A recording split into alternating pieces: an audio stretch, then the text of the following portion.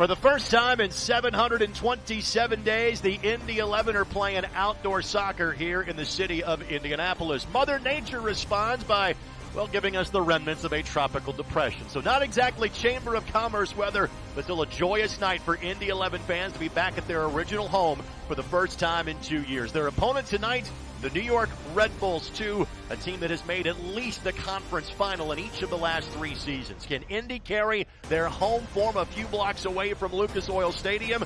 Because they have not been beaten in their last 25 matches here in the city of Indianapolis, including a 1-0 victory against Red Bulls 2 on September the 4th. The team's about to enter the park. We'll have the starting lineups and keys and much more coming up next.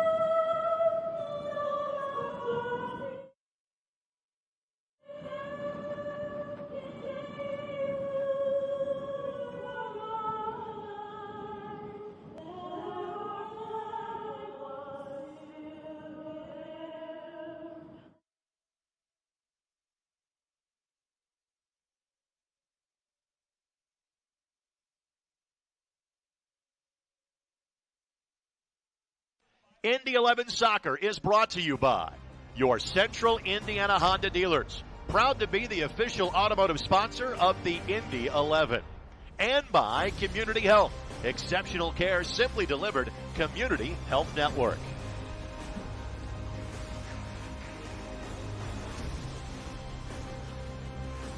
Back at Carroll Stadium for the first time in almost 2 years for the Indy 11. Before we focus on this match, again, we'll kind of lay things out for you, what we're playing for in the Eastern Conference. Already 2 playoff matchups took place on Wednesday night, and the lower seeds won in both of those. So we put Charleston as well as Birmingham Legion in the bracket against the top 2 seeds.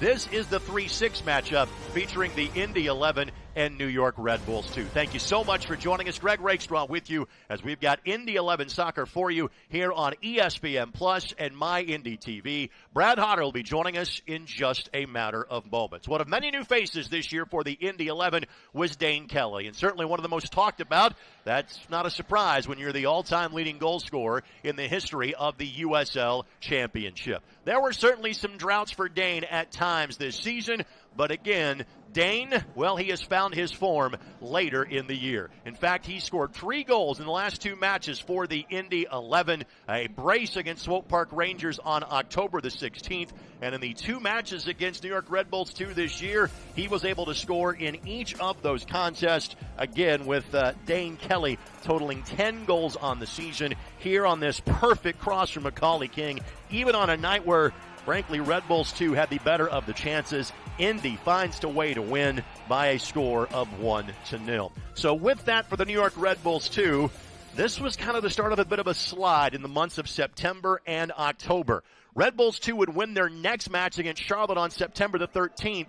They have not won since that time. They have only pulled 1 point from their last 6 matches. They went from the 1 seed in the East to the 6th seed in the East.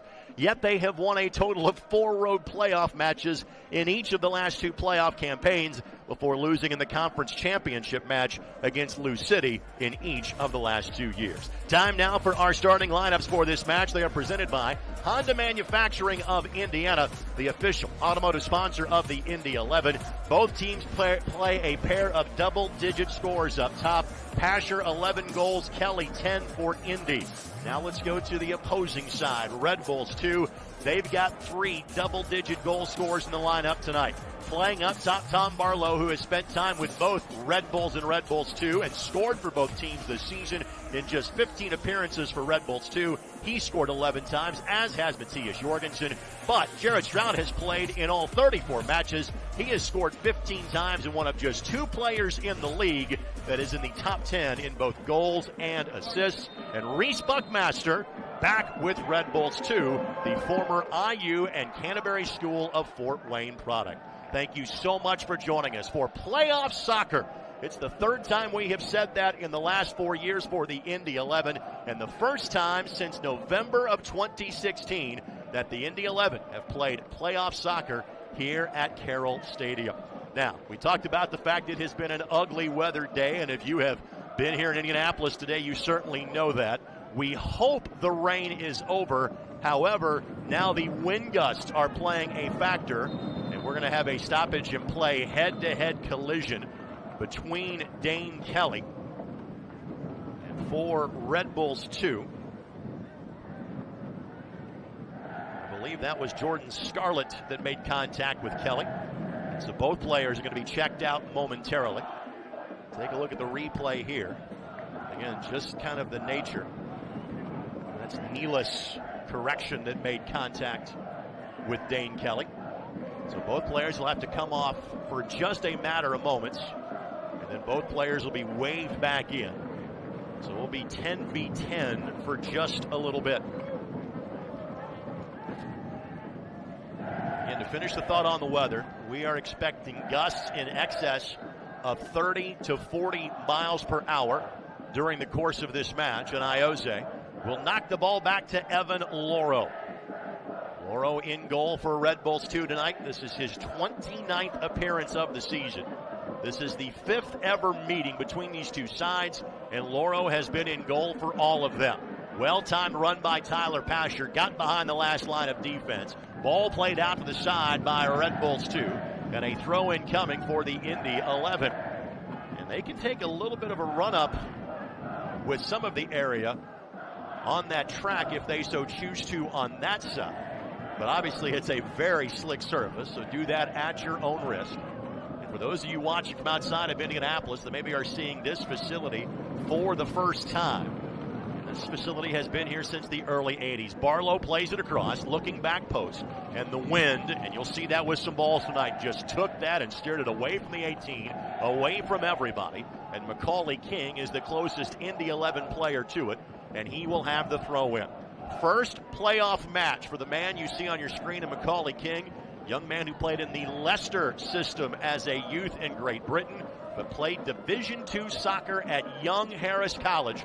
And again, you have already seen him in the highlights of tonight's match because he had the assist on the only tally the last time these two teams got together back on September the 4th at Lucas Oil Stadium. There is Reese Buckmaster. Put the ball in his hands. Again, Fort Wayne native. Just completed his career at IU last year. Was signed to a Red Bulls 2 deal at the beginning of the season. That contract was changed to a Red Bulls contract during the regular season. But now back playing for the USL Championship side, and I know he's got a lot of friends and family here to watch him in action this evening. Kelly gives chase. That ball headed back to Loro. He claps his hands, and he can play it easily with his feet, but didn't have to. And Loro Jared Stroud, Chris Lemma. Those are the names that we will talk about tonight from a Red Bulls 2 perspective that have played the most during the course of this season. Stroud now appearing in his 35th match for Red Bulls 2. Lemma, and a foul has been whistled, I believe against Matthias Jorgensen, the guilty party for Red Bulls 2. Lemma played in every match but the finale a week ago, a game in which Red Bulls 2 allowed 7 goals. They've given up 7 and 5 in 2 different matches as part of their struggles over the last 6 of this season. Loro, a veteran of this team as well. Of the second sides in the USL Championship, this has been the group that has had the most success, without question. Touched by King, a bit too strong, and again, there is a tailwind that the Indy 11 are playing with right now. It's going to take a few minutes for both sides to kind of figure out exactly, okay, from a weather condition standpoint, how exactly do we go about playing this tonight? And you'll get a great idea as to the wind that Loro is fighting, as he is kicking this one into a gale. In fact, the ball isn't even staying put on the 6-yard box. And God bless the Brickyard Battalion, the effort they are putting in tonight. They are right now sitting in the face of that breeze, and they are loving every second of it. Hackshaw gets a run going. Buckmaster then settles for Red Bulls 2 and finds a bit of real estate to work with. And now the long distance ball that holds up well for Jorgensen. However, a foul has been called against Jorgensen. And Jorgensen featured against the Indy 11 back on September the 4th, and he had a couple of really good chances in the first half of that match that just missed the target wide. That ball just missed the target a bit long of both Kenny Walker as well as Tyler Pasher. And once again, a goal kick coming for Evan Loro for New York Red Bulls 2. So minute number 6, opening round of the playoffs. This is the 5th year of this Red Bulls 2 franchise. There you see the numbers on Evan Loro this year. This Red Bulls 2 team has made the playoffs in all 5 seasons. They were the USL Cup champions 3 years ago as the #1 seed. They have never lost an opening round playoff match. So this is a team with really a pedigree second only to Louisville in recent memory in USL Cup play. This is Barlow. And Barrett with him step for step, able to knock that ball off of Barlow. Throw in coming for the Indy 11 here in minute number 7. I will do this multiple times throughout the course of this match, but we cannot thank our production crew enough. All of them based here in the Indianapolis area. Weather conditions for setup today were absolutely miserable. I'm not sure it's gotten better. They have put in a yeoman's effort to make this broadcast possible this evening. We cannot thank them enough for the hard work they have put in. King will track this down, with Stroud giving chase. 3-5-2 the formation for the Indy 11 this evening. Great job by the Iron Man and Tyler Gibson. First time we have called his name tonight. Sliding tackle by Walker, and it's ruled he got ball first and knocked that off a Red Bulls 2 player. Throw in coming here for the Indy 11. By the way, tonight's matchup brought to us in part by Community Health Sports Medicine. Dream big, work hard, and finish strong.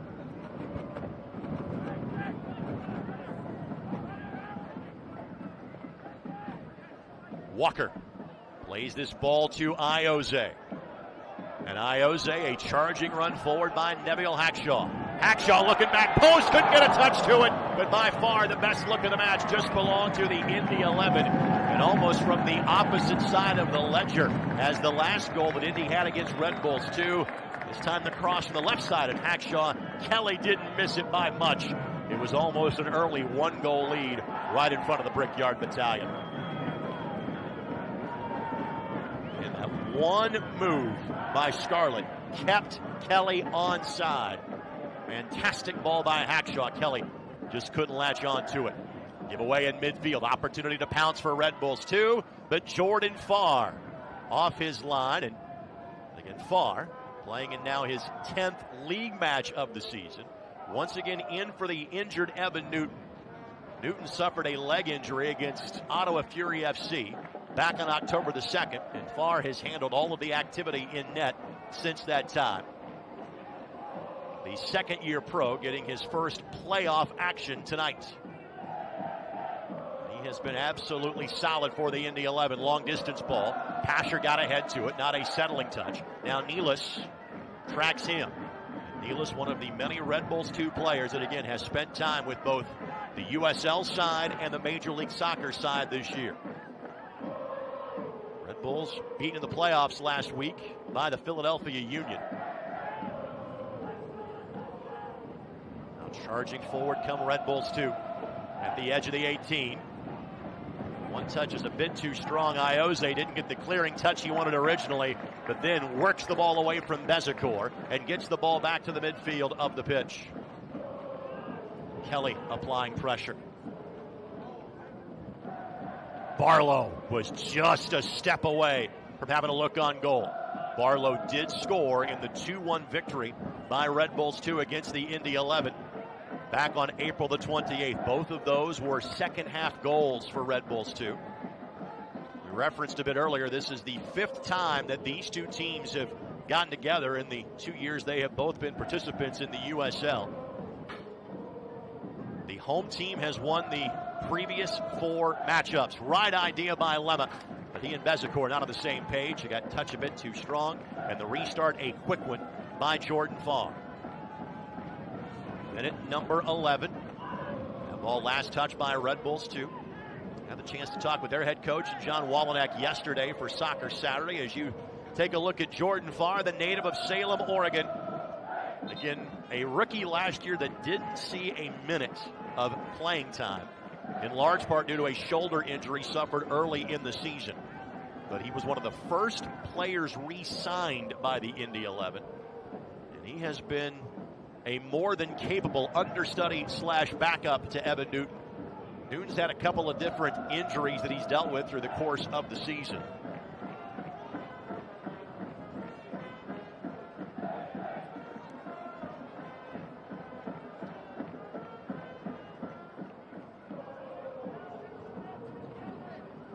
Ball off the leg of Ioze. It'll maintain Red Bulls 2 possession. Farr also got some time in spot duty in the Open Cup, dealing with a red card that Evan Newton suffered in a match against Lansing. And Indy's first Open Cup win in 3 years. Jean-Christophe Kofi now here is Reese Buckmaster. And we believe the last time that Reese played on this field, it was for Canterbury School of Fort Wayne in the 1A state championship. Played 2 years of high school soccer, did Reese, then 2 years of academy soccer. Kelly able to work that ball away from a Red Bulls 2 defender and draw the foul. So restart coming here for Indy. Not sure if it's close enough to be dangerous, but impressed with what we have seen in the early going from the Indy 11. For that, Ioze and Kenny Walker both will set up for this one. In Scarlet. First kick was a bit of a whiff, but the push enough to draw the attention of our match referee. And it will be Walker that will be taking this one. Again, I don't think you're going for goal here, but with this win, you never know. Lobs it towards the top of the 18. Kelly got his head to it. And that will be a goal kick. And quickly, the Indy 11 defense will be in retreat mode as they head back towards the other end. Fan Select is the official ball supplier of the USL Championship and many of the finest leagues in the world. Since 1947, Select has been the leader in soccer ball quality and innovation. For the latest Select products and special offers, visit SelectSportAmerica.com. Good looking flick here that Barlow will quickly settle. Tries to slide it through. I think Barrett got a touch on that. Hackshaw then next to it. And Barrett's ball doesn't find a teammate. Throw in coming directly in front of the benches. Buckmaster will take it. So Buckmaster did play when these two teams got together back on April the 28th at MSU Soccer Park in New Jersey. He did not play in the game here in Indianapolis. The flick finds Bezecourt. And Bezecourt, left-footed shot, and Farr up to the challenge. First real bit of action that Farr has had to take part in tonight. This is a Red Bulls 2 team that has only been shut out 5 times this year. One of those coming here in Indianapolis on September the 4th. So the 1-0 result, a rarity this season for RB2. Gibson was played every minute but 6 this year for the Indy 11.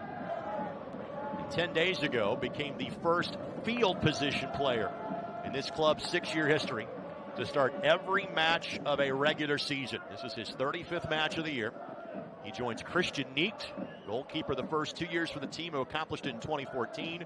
And Owain Von Williams, last year's goalkeeper, as the only players of any position who have started every match of a regular season. For Owain, it was 34. For Christian, 27 back in 2014.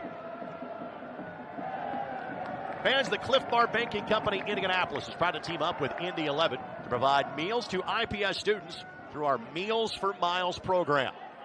And those miles are often run by one Tyler Gibson.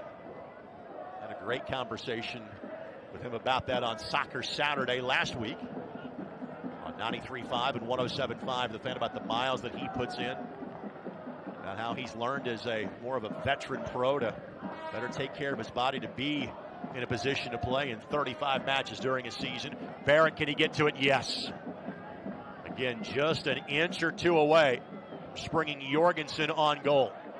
Barlow has had one ball like that. Jorgensen now a second. And now Hackshaw involved in the attack, trying to pick the right angle of attack for the Indy 11. We'll have to play it back for possession, and Walker sprays it all the way back to Jordan Farr, who is standing outside of the 18 to track it down for Indy.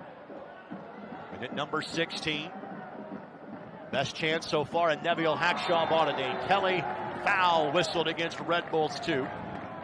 Iose goes to the turf immediately. A helping hand is extended up from Bezecourt.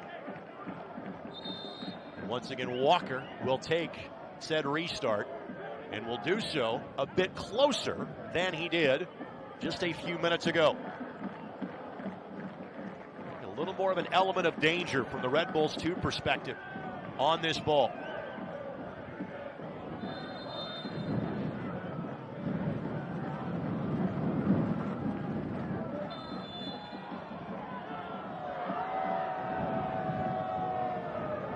Foul called on the free kick effort. So another opportunity goes by for the Indy 11. Well, I figured in minute number 17, I should finally let my partner talk. The cannonball run is complete. Brad Hodder is here. For those outside of Indianapolis that don't know, he is the men's soccer coach at DePaul University. They played in Meadville, Pennsylvania, wrapped up that match at 2, and you defied probably most of the speed laws in the state of Ohio and Indiana to get here. Good to see you, my friend. And some in Pennsylvania, too. Well, clearly you haven't missed anything in terms of, the weather today locally, but also in terms of goals scored in this match. And as that ball is skied back towards midfield, let's take a look at the keys to this match, presented by your Central Indiana Honda dealers, the official automotive sponsor of the Indy 11. What are these teams got to focus on to advance on past the opening round of the playoffs? Well, I'll tell you, for Indy 11, you got to come out on fire. You know, you're back home. You've earned the right to be here. You're undefeated in this city. And you got to stretch the field, not just width-wise, but you got 2 burners up top with Kelly and Pasher. For the Red Bulls, the exact opposite. You got to keep compact. You got to keep the space manageable. And then you got to gamble in the attacking third. They haven't won in 6 matches. Don't get conservative. Gambling in the attacking third is what got you here. Opportunity here outside of the 18, ball flicked forward. Barlow didn't read it, and King will watch that ball roll across the byline for a Jordan Farr goal kick. First playoff match for Jordan Farr in his brief 2-year career. What's going through his mind right now? Well, you know, the fact that he had a lot of games in the regular season and he finished the season for the 11 has you calm down a little bit. But you can't deny the fact that you've got an elevated heart rate this time of year. By the way, this portion of this match presented by the Indiana Economic Development Corporation. Take your business to the next level in a state that works. Kelly was offside, which is why he could not play that ball. Pasher gives chase, but no way, even with his speed, that he was getting to that. Evan Loro set to restart here. Take a look at our injury report. It is brought to us by Community Health Sports Medicine, official sports medicine provider of the Indy 11. And that injury report, Evan Newton, of course, is on an opportunity here. Kelly, could he settle it? No. It'll find its way to Evan Loro. And I tell you what, in these conditions, that's a great decision by Ouimet. You got a high back line, you got a slick field, and you got Dane Kelly on the other end of that ball. Throw in coming here for the Indy 11. And to finish, the injury report brought to us by Community Health Sports Medicine. We reference Evan Newton. And he has been out since October the 2nd. Also, you don't see him there, but Lucas Farias not in the 18. He has been out really since early September in dealing with a quad injury. So minute number 20. Advantage, I think, is being played here. Now we'll go back to the foul. The restart coming here for the Indy 11. The flick by Pasher. Good speed of thought. Couldn't find Kelly. But Pasher and Iose have been quite the duo all season long. And obviously Red Bulls too, this being their third match against Indy. Expecting that, had 3 defenders sitting on that combination play.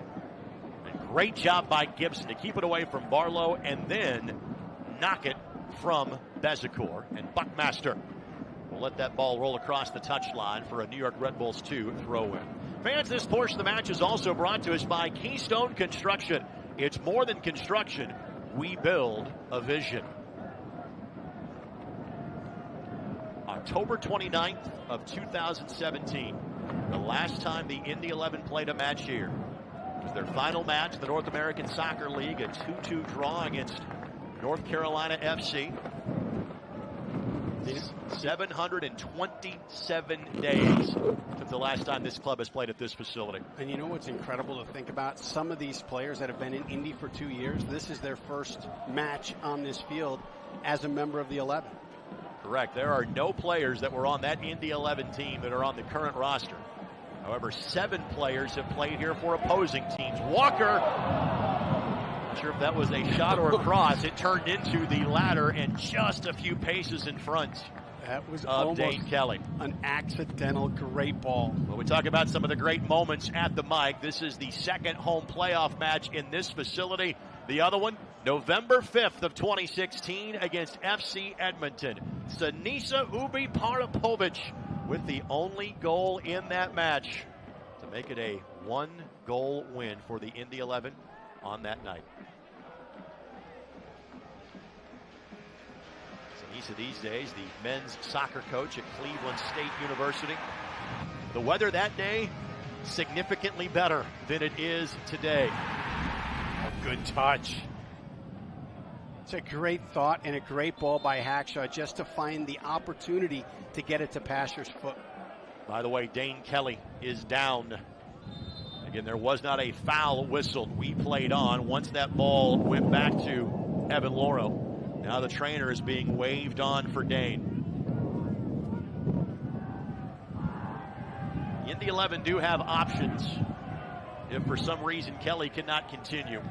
As far as players available for substitution for head coach Martin Rennie tonight, Eugene Starikov, Christian Novoa, Ilya Illich. So you've got some other players you can go to, but Kelly, maybe on his best form of the season, you want it to be him for as long as possible this evening. Yeah, you don't want to have to burn us up this early, but it is nice that you've got that kind of depth coming off the bench of guys that have scored at this level. Everybody taking a chance to hydrate. Let's take a look at the play that saw Kelly go to the turf. Now that we're showing the replaying, and that was just, again, there was no foul there. That's the right call. He just simply rolled an ankle. Oh, I hate seeing that. So he will saunter off to the sideline and see if he can get this worked out and return to the match. But temporarily, the Indy 11 will play a man down and a significant man down. That guy's manning up. Maybe a little bit too much man to show there, but still some brave souls in the Brickyard Battalion this evening. It's a smaller section than that group is used to, but they did sell out their allotted tickets. And again, this is the temporary home for tonight's playoff match. Again, not the full seating that we saw in years 1, 2, 3, and 4 of the Indy 11 in this facility. And this was at one point the home of the Pan American Games back in 1987. IUPUI's men's and women's teams play here.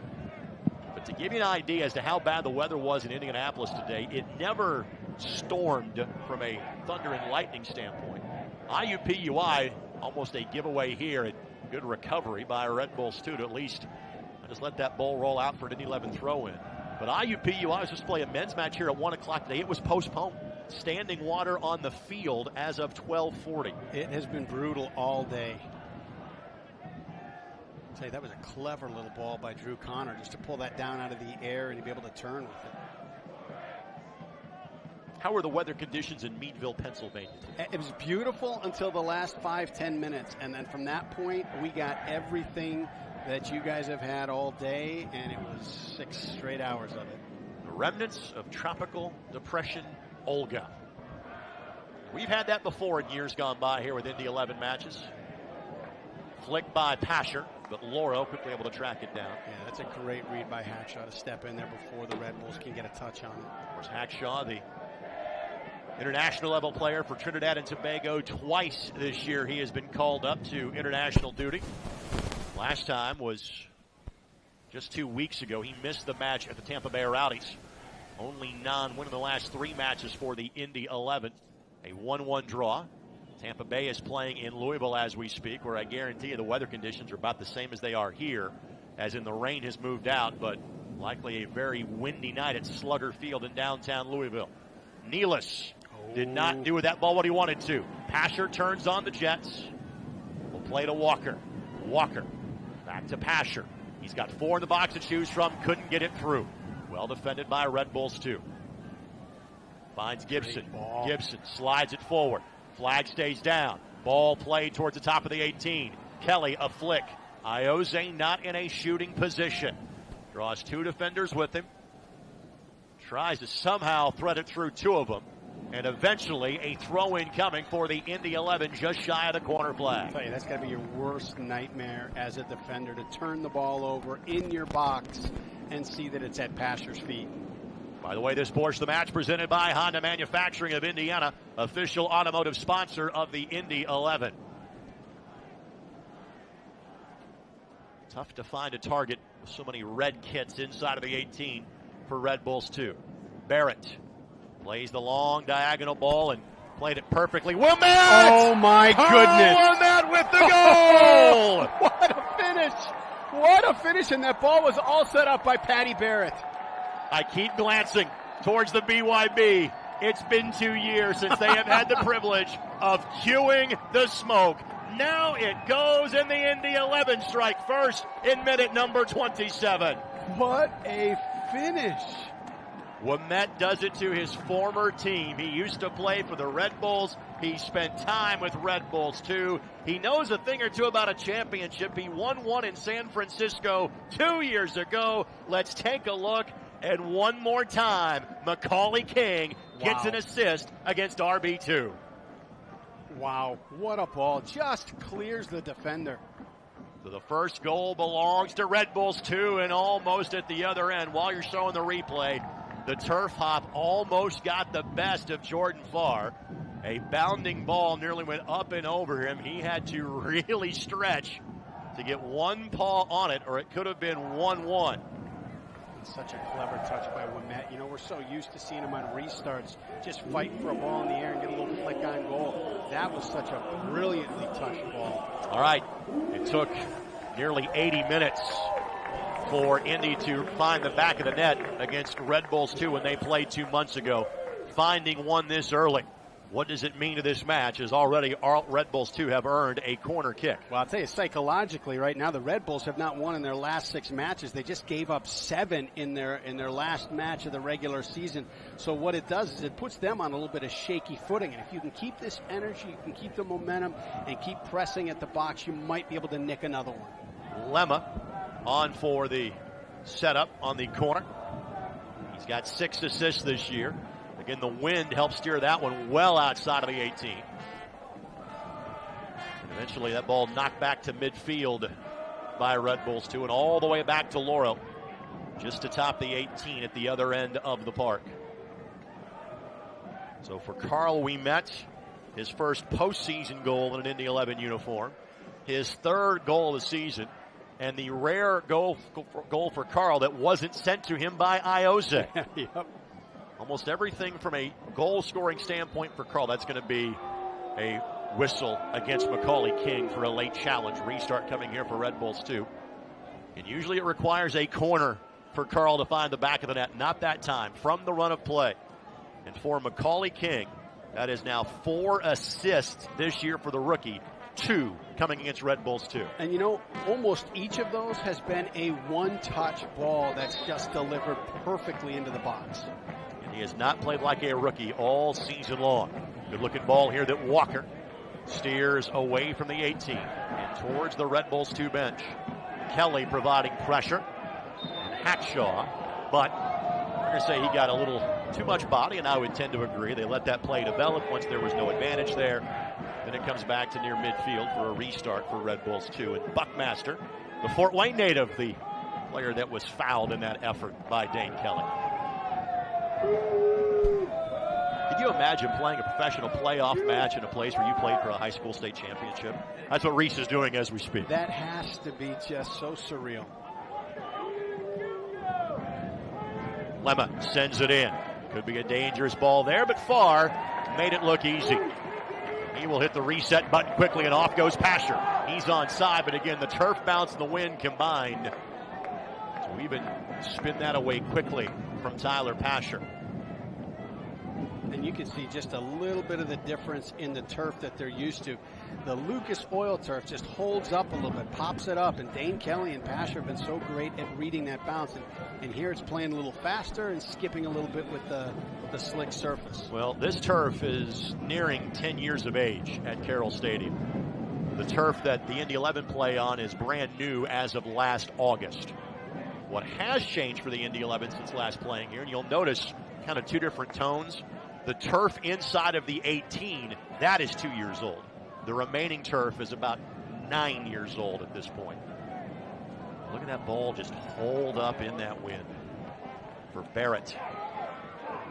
Asher couldn't make the successful turn. Good looking ball here. Bezecourt couldn't keep control of it.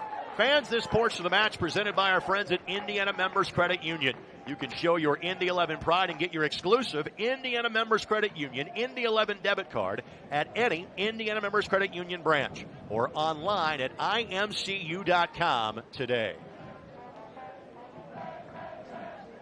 Carl Ouimet's goal, just the 3rd goal in Indy 11's playoff history. Joins Sinisa Ubiparapovic. And last year, Suni Saad did find the back of the net.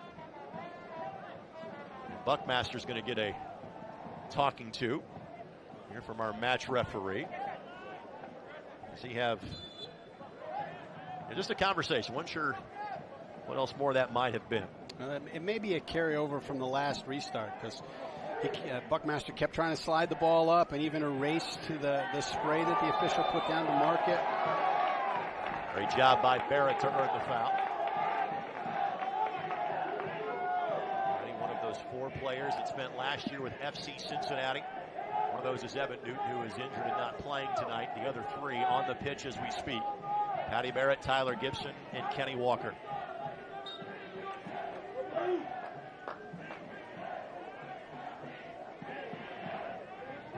Barrett hits an absolute bullet towards the corner flag.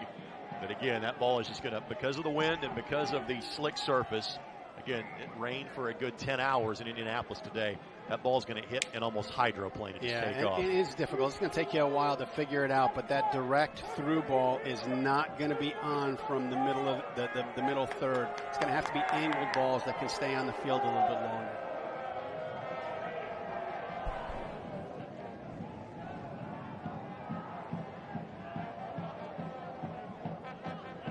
Connor didn't get the touch he was hoping for on that one.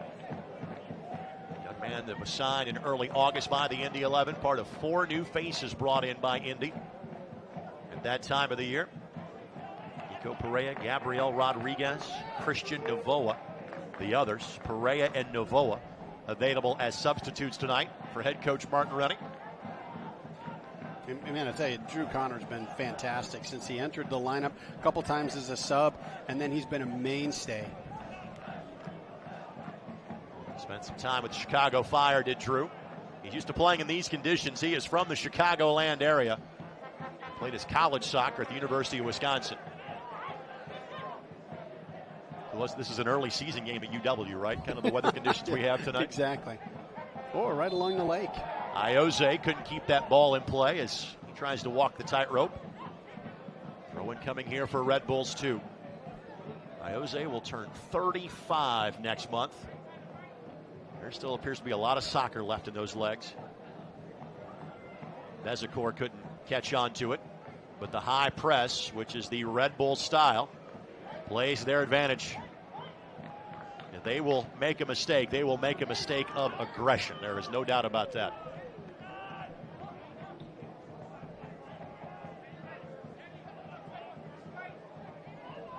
Right idea, but just a bit too much on that pass.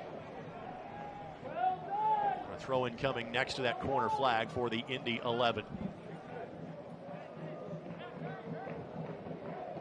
This portion of the match presented by Keystone Construction. Keystone Construction, it's more than construction. We build a vision. This has to remind Martin Rennie of his home in Scotland. Exactly, This is what, a 2 or 3 club wind over in Scotland? Beautiful sunny day. Opportunity here. Barlow outside of the 18. Flicks it for Bezecourt, and far as there, spills it. Barrett. And that ball does eventually deflect off of him. Corner coming, second of the match for Red Bulls 2. Clever little interplay by the Red Bulls in the box to earn a shot. And again, I know they have struggled in these last 6 matches, but there's so much roster up and down during that time. And knowing the focus of the Major League Soccer side was on the playoffs, to me, you can almost erase that. This is such a talented team that the Indy 11 are playing tonight. Ball sent in. Barrett got there first. Kelly will settle and looks to buy some real estate. Has Pasher make and run if he can get it to him. Extremely well defended by Red Bulls 2, and Kelly gives the foul. That's well done on an island by Red Bulls 2. Right, because if he gets on the break and he's able to separate just a step from the defender, he's got Pasher weak side. Kelly 10 goals this year, 11 for Tyler Pasher. Those are just the 3rd and 4th players in this club's 6-year history to have double-digit goals in a season, and the first time that there have been 2 in one season for the Indy 11. Other names, Eamon Zayed and Jack McInerney.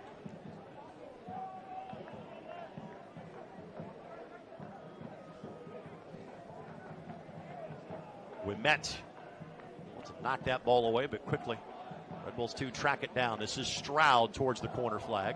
Plays it across, and Ioze will play that ball to the side. Fans, we hope you tune in every Saturday morning to Soccer Saturday on 93.5 and 107.5 The Fan.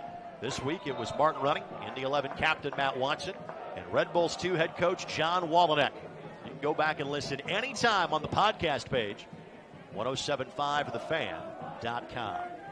We also asked fans to list their favorite memories of 4 years of Indy 11 soccer in this building. Opening night, the miracle at the mic, beating the Carolina Railhawks. The last match here, where really an unnecessary but yet fun amount of smoke was released at the beginning of the first half, and we couldn't see North Carolina's goalkeeper for about 5 minutes. It's true. I remember that. But also of some late night matches, like against Tampa Bay and Fort Lauderdale, with matches that carried past midnight because of storm delays. Kyle Highland's 98th minute equalizer was brought up from May of 2015. A lot of great memories. And that ball, again, Loro could play the turf bounce. So Indy will be playing into this wind in half number 2. What does that mean from a tactical standpoint for Martin Rennie's team? Well, when you look at some of these direct balls that they're playing right now that are running off the field, they may hold up a little bit more in the second half. And for the Red Bulls, those are some balls that may carry out of bounds, like the one that just held up here for the throw-in. Barlow the target. And has goals with both the Major League Soccer club and 11 and 15 appearances here. Kelly the target here. But Hackshaw's pass doesn't get to him. Scarlett quickly sweeps it back to midfield. And Barlow has featured in all 3 matches against the Indy 11 this season. So he hasn't been a regular for Red Bulls too. He's been a regular against this team. Barlow couldn't keep that ball in play.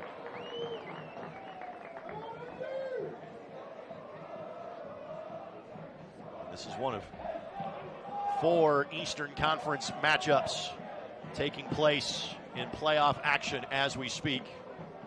Of course, we'll keep an eye on the other matches as best we can. At last check, Pittsburgh had put up 3 in their match against Birmingham. My goodness. Again, Birmingham having played on Wednesday night and winning in the 93rd minute against North Carolina FC. Back to the action in front of us now. Pasher trying to make the turn. Great effort. And Gibson will knock that ball back towards the middle of the park. And clearly we have shortchanged the Riverhounds, as our producer and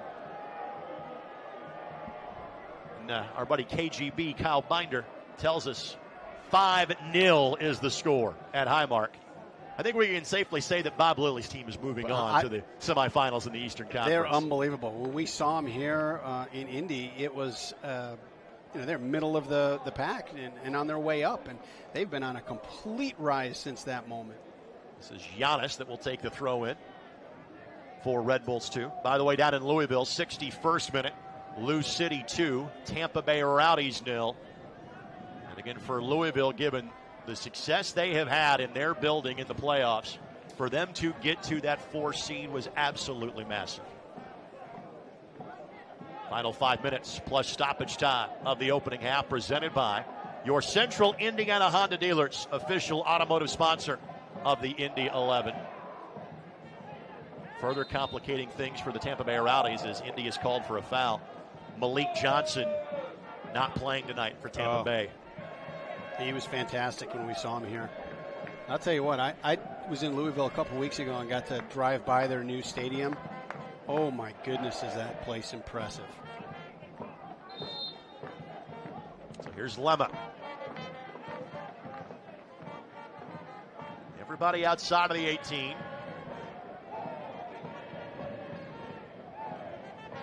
And now they're directed towards the frame. Headed, but away from goal. And that'll be a goal kick for Jordan Farr. Stay tuned. Coming up at halftime, we'll update you on those other scores in the East. Of course, it is a full slate of playoff matchups. The Western Conference quarterfinals are going on as well. Real Monarchs got a win in the Western Conference in the lone matinee matchup. Everybody else is playing a bit later this evening out west. We'll have highlights from the League One championship from a week ago.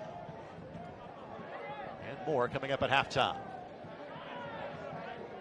Would not think we're looking at a great deal of added time. Maybe a couple of minutes with the goal and an injury or two. So we're now in minute number 43. Again, Carl, we met the goal in the 27th minute. Kelly settles. Buckmaster knocks it away. And who touched it last? Red Bulls 2 did. Corner coming for the Indy 11. And Kenny Walker heads in that general direction for Indy. I'll tell you, both teams are playing such a compressed block to try and trap the ball. You got guys like McAkeen that are staying on the outside of that. Indy can find a quick switch into that space. He's got a great opportunity. Walker 5 assists. He and Ioze pace the club on that total. Paulie King just behind them with 4. Gibson provides a little short corner help if needed for Walker, and that's the way the ball goes.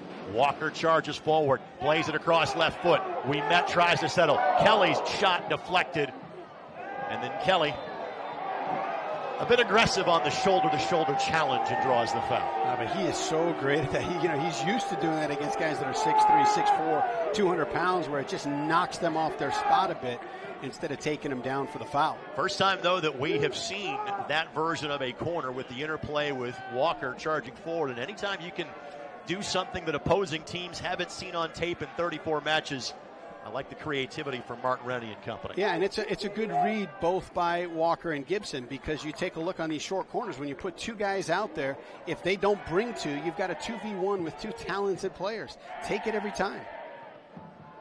So Ouimet.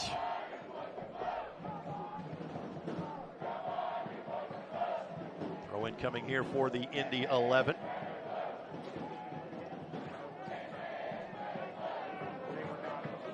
Pasher couldn't track down that ball.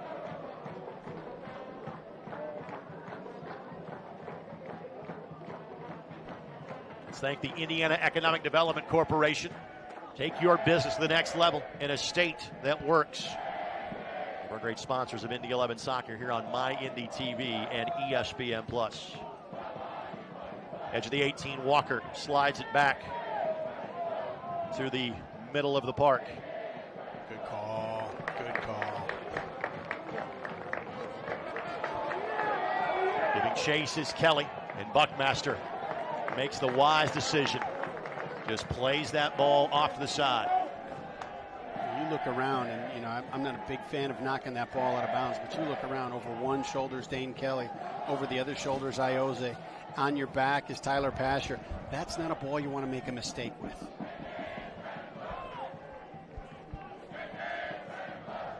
Pasher. That's Kelly carving out some space. Buckmaster does a good job of keeping Kelly at bay for a second time in as many minutes. And as expected, 2 additional minutes of added time to be played here before we get to our halftime break.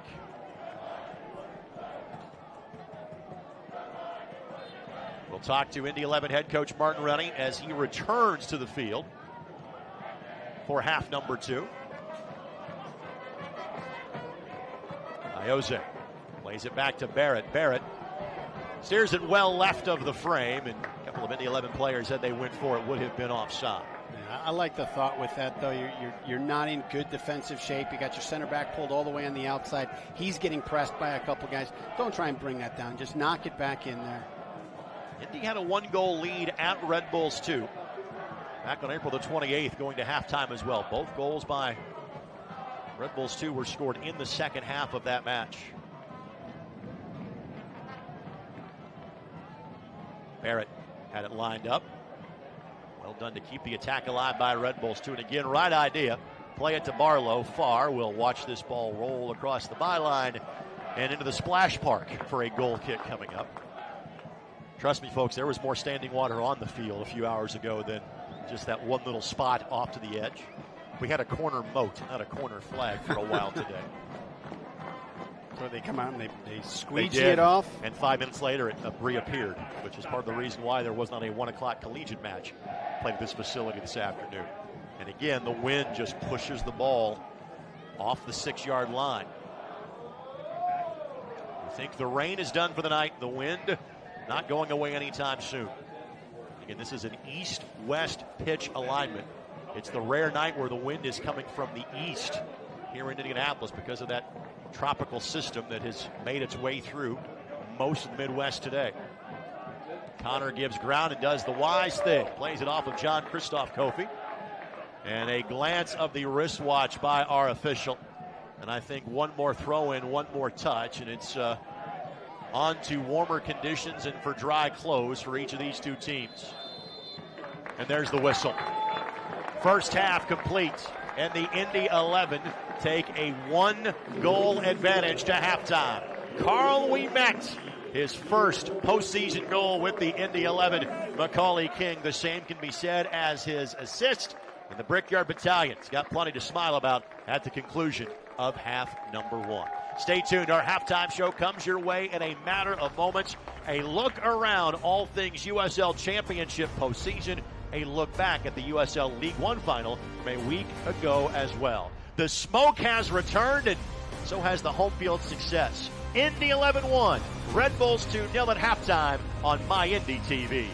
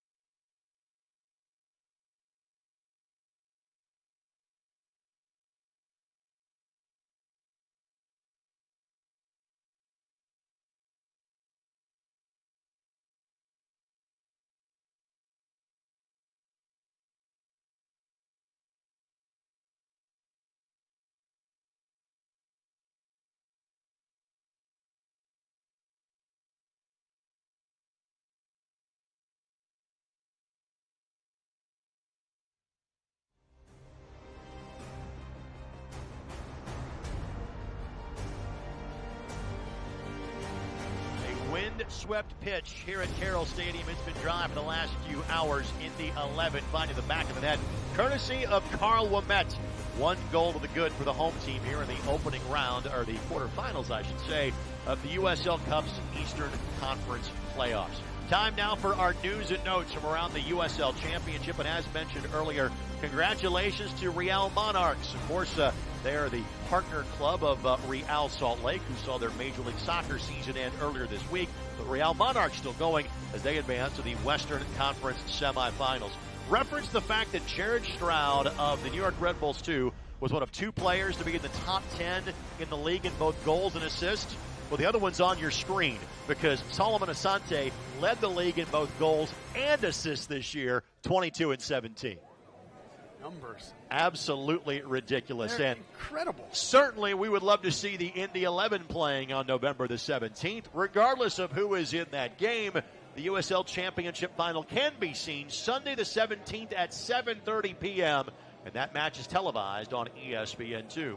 Those are some of the bullet points from around the United Soccer League. But for highlights of what's to come in the championship and what happened in the League One playoffs, let's turn it over to the best of the week. North Texas Soccer Club, Greenville triumph. Who will be the one? Going for goal, a great save from Zobek. Almaguer going for goal, pushed aside by Jay. Reflecting around, the shot coming, and it's in! The opening goal for North Texas. And there's the final whistle. North Texas Soccer Club, #1 in League One.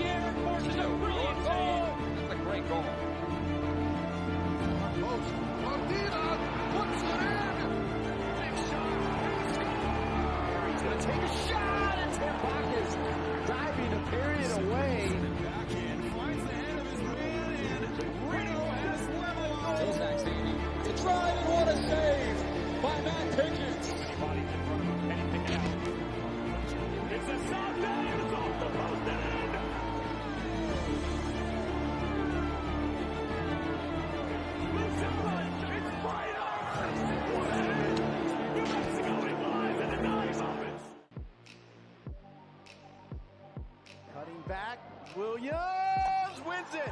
Seconds remaining, and that will do it. Chip it up over the top. This ball's for Eddie Volson. Eddie Volson with a thunderous strike. Are you kidding? Sion McFarland.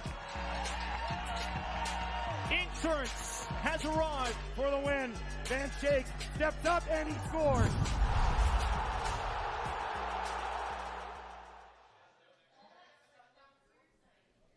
Once again, back at Carroll Stadium, the Mike, the home of the Indy 11 from 2014 through 2017.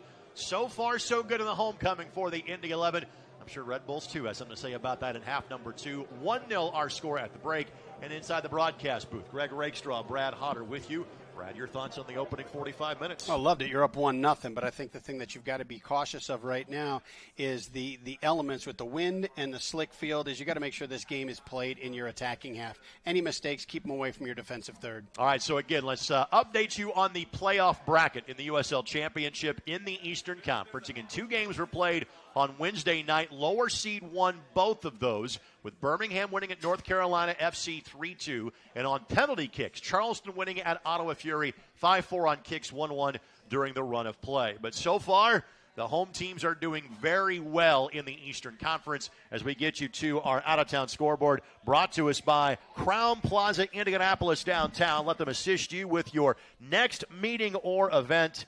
5 for the Pittsburgh Riverhounds, 2 for Lou City FC, and now Nashville in the first half. They were the latest starting match at 8 o'clock Eastern time tonight. They lead Charleston Battery 1-0. Again, if this holds, the top 4 seeds all advance next week. And again, if these scores stay the same, it would be Indy at Nashville, Louisville at Pittsburgh next Saturday. And you look at the home sides advancing, and that's what you fight for in these 34 games in the regular season, is the right to be at home, to give yourself that advantage in postseason.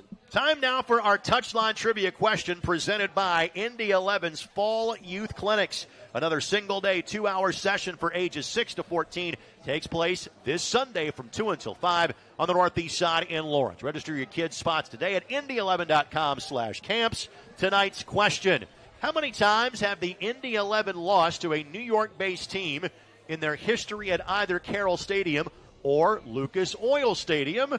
Obviously, that answer could change in the next 45 minutes, so we'll have the answer to that question coming up for you during the Central Indiana Honda Dealers post-game show. Teams about to head back onto the pitch for half number 2. Highlights and stats from half number 1, and a conversation with Indy 11 head coach Mark Running when we come back here on My Indy TV and ESPN+.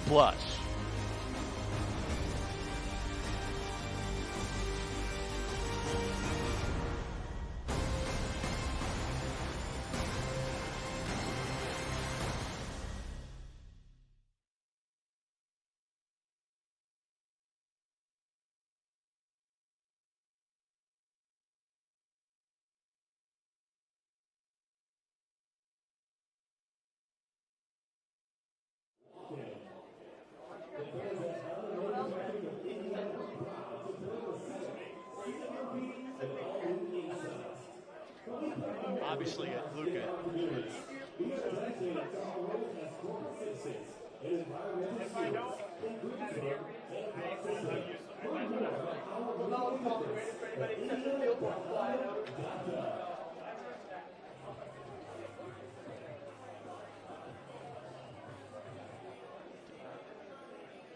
Is that maxed out? Check, check, 1, 2, 1, 2. Announcer, hello, hello, hello, hello. I'm on the announcer headset. Announcer headset, 1, 2, 3. Interview, 1, 2, 3, 4, 5, 6, 7, 8, 9, 10, 11, 12. Cool. Blair.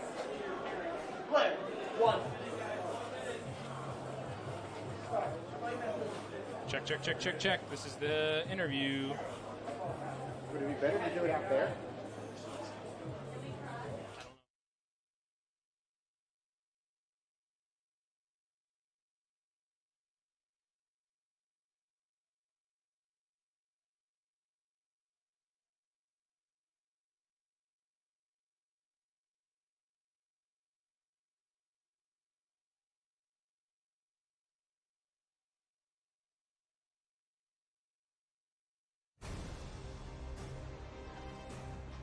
Players returning to the pitch. Again, it looks like a lovely night at Indianapolis until you see the flag moving in the fashion in which it is atop the One America Tower. The rain is gone. The wind is not. The lead hasn't left yet for the Indy 11 as they lead 1-0 over New York Red Bulls 2. Greg Rakestraw, Brad Hodder with you.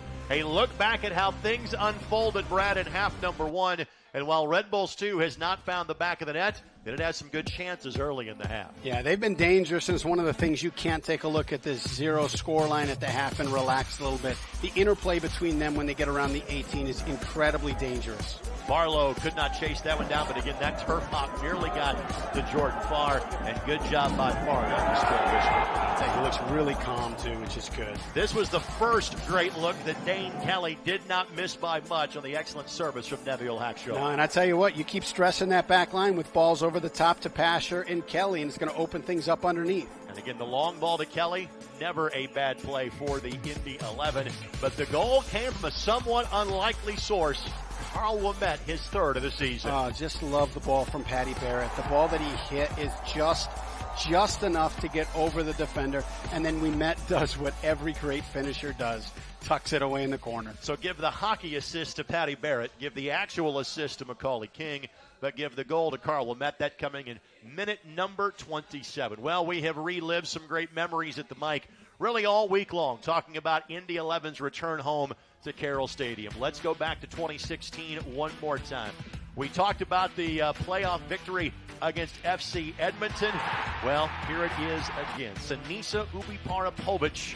That was the only home goal in club history in a playoff match until the one that you just saw from Carl Ouimet. That was in the second half of a 1-0 victory against FC Edmonton some 3 years ago. Let's now go to Martin Rennie, head coach of the Indy 11, that joins us now.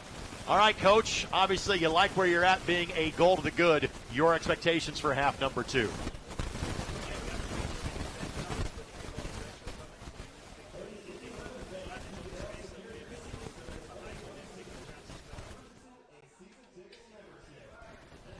Well, unfortunately, as you can tell, we're having some technical issues with Martin's mic. We will try again to hopefully speak to him coming up in the postgame show. Martin, if you can hear me, thank you for your time. We'll talk to you after the course of the match. And again, when you deal with the weather gremlins that we had to deal with during the course of the day, not everything's going to work. So hopefully we can get that loaded up for the postgame show. If that's the only glitch, you can live with that.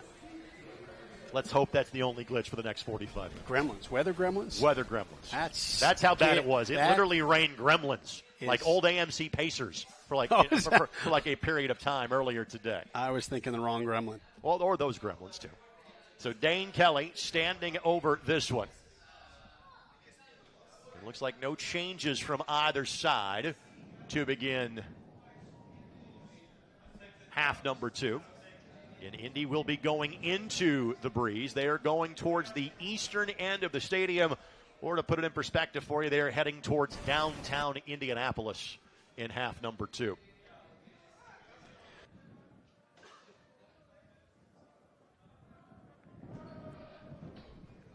Kelly has been given the go-ahead, and we are underway here at Carroll Stadium.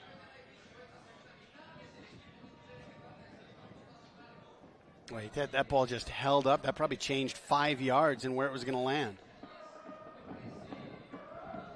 So Macaulay King will have the throw in for the Indy 11. Kelly will settle. He's got an option to his left, and he finds said option, and that is Ioze.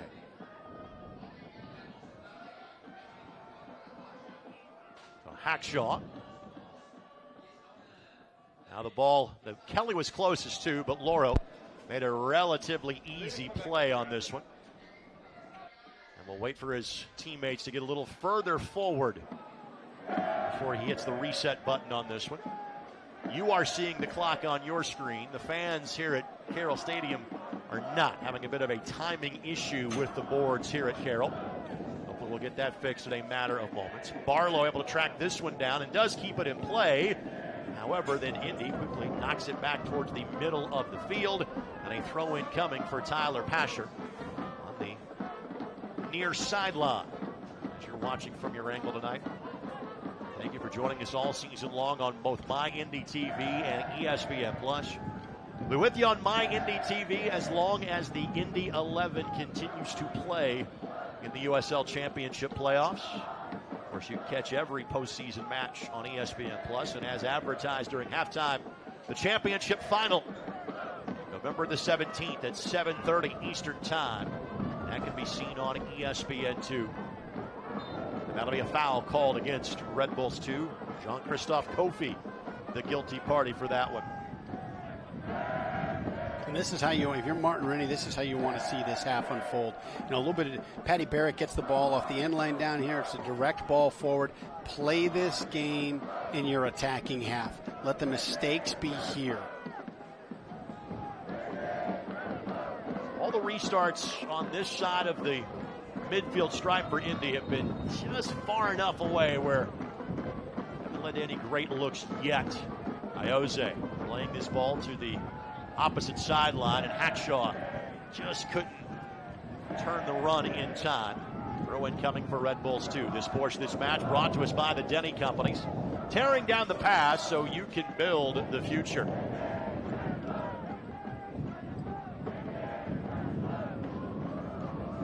And at number 48 from Carroll Stadium, Buckmaster gives chase and cannot keep that ball in play. Great effort to work his way around Iose, but throw in coming for the Indy 11. And that's such a heads-up play by Iose. He understands the angles. He understands the ball. He understands the conditions. He's going to go down. The only play that Buckmaster had was one that would teeter on that line of going out of play. Our referee going to have a brief conversation. Michael Radchuk, our lead official tonight.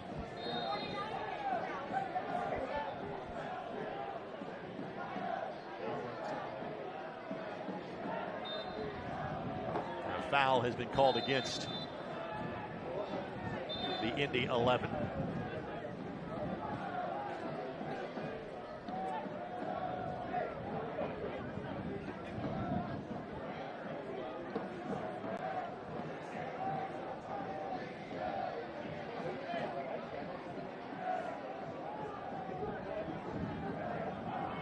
Akshaw's conversation with Radchuk continues. Seemingly they have reached a point of agreeing to disagree, and we can move on with the remainder of the half. Both walked away happy. That's good. That's just going to be it'll take New York a little bit of time because it's a complete adjustment from the direct ball that they were playing in the first half. But that ball is going to run so much. You've got to angle that ball, give yourself a little bit more opportunity to get on the other end of it. If this, for Jordan Farr, again, from your perspective as a professional goalkeeper for over a decade, again, playing into this win, what does he have to take into consideration for the rest of this match? Well, it's got to be driven, and you really don't want to play too much short here. You don't want to give any chance for a bad touch or a ball that skips and nicks somebody and winds up coming back at you. So everything's got to be driven low, try to cut through the wind as best you can. King trying to make the turn. Could not maintain possession. Now Stroud will try to restart quickly. Ouimet was up to the challenge. It's been a rather disjointed opening few minutes of half number 2. But you're okay with that if you're the team with a 1-goal lead in Indy. Yeah, and the tough part with it too is even though you've been in the wet conditions and you understand, the temperature and how the field is playing right now, it's still a completely different game than the one you played in the first half because of how strong the wind is. Lemma lays this across. This is Reese Buckmaster. Now Lemma slides it forward outside of the 18. Left-footed shot does not get through. With the attack far from over, Barlow trying to create some space. Hackshaw got the ball first. No foul, clean play. He is so solid at denying passes and denying shots. Fans, Indy 11 Premium Suites are the best way to entertain your guests. Learn more at Indy11.com or call 317-685-1100. Premium Suites are quite choice on a night like this one. Fans nice and warm on our side of the field as you're watching this match from your, hopefully, position on your couch or off your laptop, smartphone, etc. And tough opportunity here. This is one that frustrates you a little bit because this whole possession was set up by diving in at the ball in midfield. Make them beat you. Don't dive in. Don't create shifts that your other defenders have to solve for you. Possession was in favor of Red Bulls too. 57-43 in half number 1. And as long as this remains the score line that it is, I don't think that's going to change. That number may even grow for RB2. They're one of the few teams to come into Indianapolis and win the possession battle on September the 4th. Pasha was offside. Why he couldn't go play that. Quick score update. Charleston has scored in Nashville. So that match is tied at 1. And that means something for each of these two teams. Let's let this play through here first as Stroud couldn't keep it in play. Goal kick coming for Jordan Farr. If Charleston were to win that match, then whoever would win this match would host next week. So while the teams in red and blue aren't exactly agreeable right now, they can't agree on one thing. Go Battery is what they're thinking about the match that is taking place in Nashville. Exactly. By the way, the Riverhounds now lead 7-0 against Birmingham Legion. The Riverhounds might outscore the Steelers this weekend. That's a really frustrating one. It's a frustrating one if you're a part of Birmingham right now on any level, because you know that it slipped away. You know that everything you've worked for the past 8, 10, 12 months is gone, but you still got to be professional enough to keep the doors closed. How about the pickpocket work by Gibson to take that ball away? Possession has been short-lived for Indy here in the second half. Expect that trend to continue. Bezikor. Two players collide behind the play. No advantage gained. We play on. This is good shape. Good shape. He got good numbers back. And Hackshaw trying to keep this ball away from Barlow. He'll do exactly that. A native of Trinidad and Tobago, but he blocks out like he played high school basketball in the state of Indiana. Goal kick coming for Jordan Farr. That's brilliant, Rick. That's brilliant. But I tell you what, he is just so smooth and steady as a defender. 3 years with the Charleston Battery before joining the Indy 11. This Indy 11 club, so many quality free agent acquisitions in the offseason. No free agency for those folks. They're on a lifetime contract as members of the Brickyard Battalion. That's brilliant. And it's true. It's true. They are windswept, they are soaked, and they are loving life right now with their team up 1-0 in the 55th minute. Ball pinballed back towards the back line. Scarlett will able to track it down. Fans, for standing stats and all the latest league news, be sure to visit USLsoccer.com. Barrett got to head to it, and we has to work around Barlow. Barlow plays it across, and Hackshaw didn't take the chance. Did not want to let a Red Bull player get to it. That was Jorgensen. That was in the left hip pocket of Jordan Farr. Corner coming. And I tell you, that is the ball that you've got to be aware of. The wind is at the back of New York, and this ball, even from the back third here, New York is going to be able to reach over a high back line if Indy doesn't drop. The corner coming for Red Bulls too. This one goes all the way through the 6, all the way through the 18. And a harmless restart by Red Bulls 2. Goal kick coming for Jordan Farr.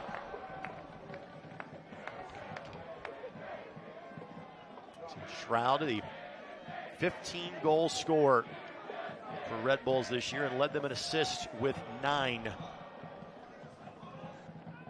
This is his second season with RB2.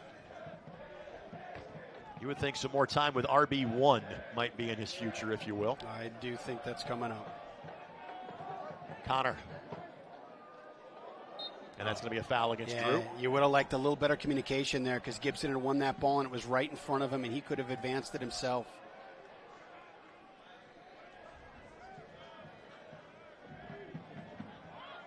Matthias Jorgensen plays this ball back to Nealis.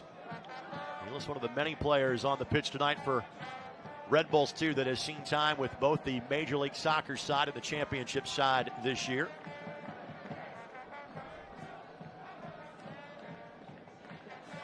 Nealis appeared in 9 matches at the MLS level during the course of the year. Great ball here for Kelly. Kelly. What a battle. Speed versus physicality. And then an unnecessary foul by Giannis. Did not need to give that one. And now you can be a bit creative next to the corner flag if you're Indy. What a great battle by Dane Kelly. Just to fight off a defender. And then it leads up to a double team, and he's still able to hold possession and draw the foul. So Jordan Scarlett again had Kelly covered. It was Alan Giannis with the late contact. Gives Indy a chance to throw numbers forward in this one. The in-swinger from the left foot of Iose, his specialty. By the way, this portion of this match presented by Community Health Sports Medicine. Dream big, work hard, and finish strong. Iose looking back post. And who spilled that one last? Off an Indy 11 player. Hackshaw again disagreeing with the call. But a goal kick coming for Red Bulls 2. And Hackshaw, Barrett, we met all quickly in retreat, as they are the back line, the back 3 for Indy 11. Now with a 1-goal lead, you'll see Iose play a little bit further back and kind of add a fourth defender for Indy. Bounce of the ball favoring Red Bulls 2 here. Left-footed shot, heads up BYB.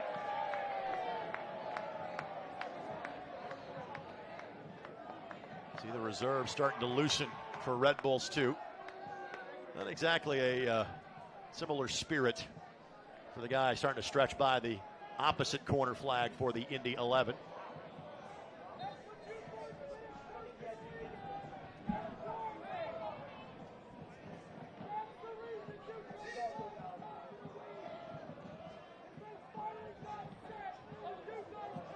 Janos Luba is going to be the first sub of this match for Red Bulls 2. Tough turnover. Pasher, outstanding turn.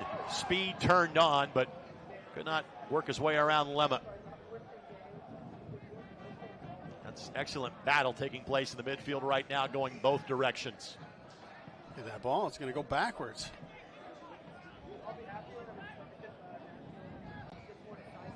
Connor charging forward, but that ball did cross the touch line. Tell you what, right idea though. You've got Kelly and a little dropped back ball that creates a pocket of space over Kelly's head for Drew Connor to run into. Great idea, good delivery, just the execution was a bit off. So the first sub of this match comes in minute number 60. Janos Luba making his 17th appearance of the season. Does have 1 goal. He replaces Alan Giannis.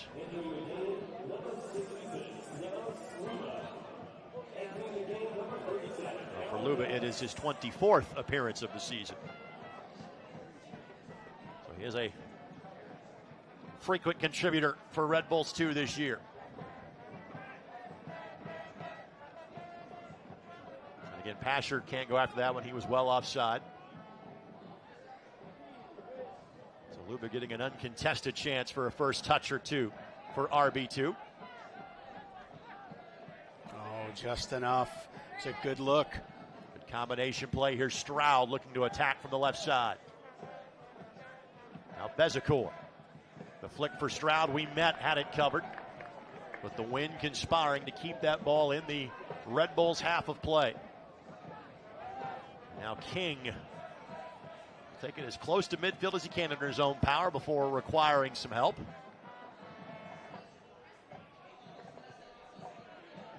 A real estate ball for Moumet. Just clear it out. Give yourself a little breathing space and a chance to organize if you're Indy. Yeah, you love the interplay. You love the way that they were calm under pressure, knocking the ball around, just staying a little bit ahead of the press. But it does make your heart skip a beat on this surface and that place on the field. Good sliding challenge by Kenny Walker to knock that ball free at midfield. And Barrett, as that center back in a 3-back system for Indy, his ability to read those balls from 10, 20, 50 yards away is a part of why this group has been so difficult to score on all season long. And I tell you, one of the things that kind of goes unnoticed sometimes is not only does he step in and win the ball, but even this minute or so ago, he's got a head ball under pressure, and instead of just heading it to clear, he heads it out to Iose so that the 11 can maintain possession. Hackshaw has to check his man, has to check the wind, and then has to read the spin of the ball. And Hackshaw, again, does a good job of just keeping Barlow at bay. Puts him on his hip, and Jordan Farr with the restart. Fans, you can continue to enjoy the USL on ESPN throughout the 2022 season. The USL is excited to announce that the championship in League One will remain with the leader in sports for 3 more years. ESPN Plus will continue to be the home of all things USL, and at least 19 games a year featured on the ESPN family of networks, including 9 games on ESPN Deportes. Continue to follow, support, and watch your club on ESPN and ESPN Plus.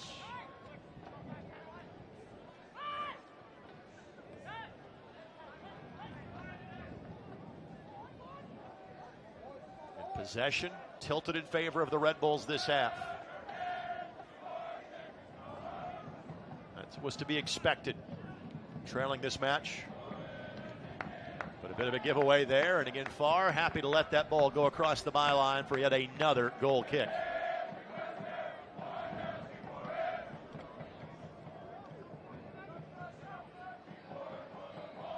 I like the way that the 11 are playing right now, where they're sitting in, they're staying compact, they're not getting stretched too much, they're not opening up gaps and seams for New York. I worry about that guy holding 2 flags. He might be in flight at some point in time. Could end up in Avon by the end of the evening. Hope he's tethered to the back row of the Brickyard Battalion. I think that is what you are required to do if you've got 2 flags. Could require a safety harness. Macaulay King before he restarts. Quick conversation with the 4th official. There has not been much of the way in the attack for the Indy 11 these 18 or so minutes. I think you're very happy sitting your 8 back in a block and looking for the 1 or 2 times you might be able to free up Pasher and Kelly on the through ball.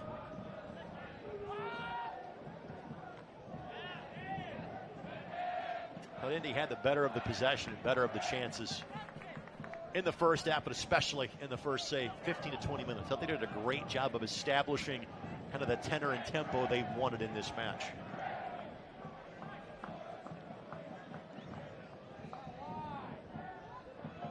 Connor trying to work his way out of a phone booth. And a foul called against Red Bulls too. And the restarts again continue to come in similar positions for the Indy 11. Not a spot that you're going for goal from this distance. But again, you're enjoying every bit of possession you can get right now if you're Indy.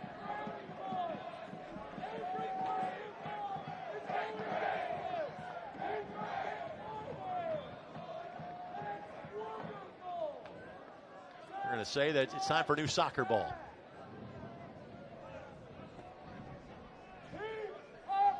Whether it is or not, veteran move. Second most veteran player on the Indy 11 and Ioze will be taking said free kick. Only trailing Matt Watson in the age department. Ioze, low line drive. Buckmaster got there first. Bezecourt gives chase for Red Bulls 2. And Farr will have to play that ball with his feet and does so successfully. And Gibson, bit of a nervous bobble. Connor is, nope, offside. Offside. Just a step or 2 offside. I didn't like any piece of that last play. I think it's too far out to try and head that ball back, especially on this surface in these conditions with pressure coming right down your back. Knock it out, bring it down, hold it, but do anything but put yourself in that position. Fans, this portion of this match presented by Delta Faucet. Delta Faucet, see what Delta can do. Throw in coming here for the Indy 11 in minute number 66.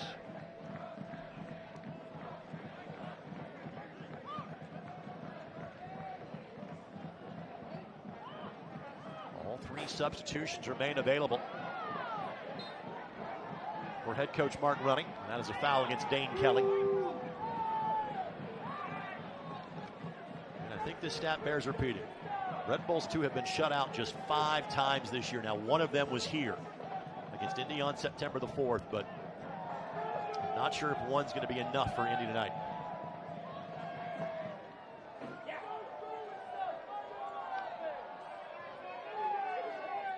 Stroud able to hold up for Luba. This is where they're so dangerous. We look 1, 2, 3, 4, 5, 6. 6 guys in and around the box and all positioned in different places to space and shape the 18. Fantastic sliding tackle by Macaulay King and a good run to again buy some real estate. But Indy remains on the defensive. Barlow, does he have a go from this distance? Well, he did, but a teammate got in the way. No idea whether knowing that was going to be on frame or not, but given Barlow's penchant for scoring goals, regardless of which team he is playing for, you've had to assume that would have had a chance against Jordan Falk. It had a good look, and I tell you what, a goalkeeper with wet gloves on a wet surface, a lot of traffic in front of him, it's worth a strike. By the way, this portion of this match presented by the Indiana Economic Development Corporation. Take your business to the next level. in a state that works.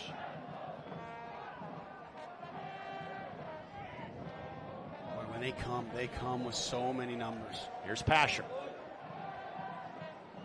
He's really 1v3 at this point. Here comes Ioze off to the races, finds a little bit of space, goes down, not enough there for a penalty, but it will be a corner for the Indy 11. What a ball by Pasher. That right there is 20-some minutes of studying the wind and saying, I just need to chip it just to the edge of the green and let it roll in. You got to think playing in Canada, he's used to some maybe more rugged and raw conditions growing up than some of the other players on the pitch might be tonight. 11 goals, matching the most he has had in a professional season, dating back to his time in the 3rd division in Finland as a teenager. The 25-year-old Pasher. This is Walker that will take the corner. Low line drive. Kelly got a head to it, but a Red Bulls player then got another head to it, but Kelly had that one lined up.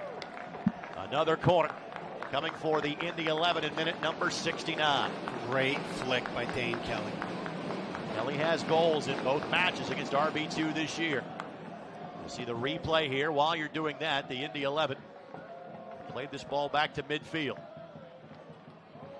Gibson couldn't make the turn. Kofi couldn't keep his feet. Pasher couldn't keep the ball. And Kelly gets a takeaway. Left foot takes off on him. A clever little couple touches from Kenny Walker. And he is certainly known for that, is Kenny. Talk about him being an FC Cincinnati alumnus, a Cincinnati native as well. Chance for the Indy 11 to apply a little pressure here. Barrett does whatever he can to get in the way. However, the bounce goes the way of the Red Bulls too. Now sitting in front of the 6. Farr is there. And they had it back post. They needed to keep it moving. Just couldn't get the ball at the feet in a proper fashion. After the play was over, Barrett lands on Barlow, but it was inconsequential to the scoring opportunity, so no penalty or foul was given. Take another look. Gibson. That was all Gibson that made that play. So often the unsung hero for the Indy 11 this year. Gibson, a guy that probably has as much experience playing in this park as any member of the Indy 11, because he did so for 3 different teams as an opponent. Played here for the San Antonio Scorpions, for Rio OKC, and the San Francisco Deltas. 2015 through 2017. One of 7 Indy 11 players in tonight's game that have played at Carroll Stadium, but for an opposing team. You chart that stuff too? Actually, the front office did that one. So thank you, John Kaluder and Trey Higdon. Carl Ouimet would be a part of that group. Ioze, of course, a big part of that group. Eugene Starikov, we could see off the bench. Ilya Illich, part of that group, too, also a potential sub tonight. Bit of a miscommunication there. There goes Pasher. But he can't get to the sidelines in time, even with his warp speed. Could not get there. But think of the presence of Dane Kelly, just understanding that all I have to do is get it through or behind the back line, because I got a guy that can beat everybody to the ball. Substitution coming in here for Red Bulls 2. Jorgensen's night is done. Elney will come in to replace him.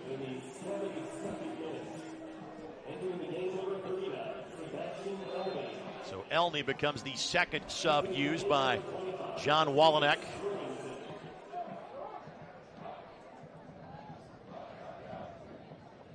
Indy has yet to use a substitution at this point.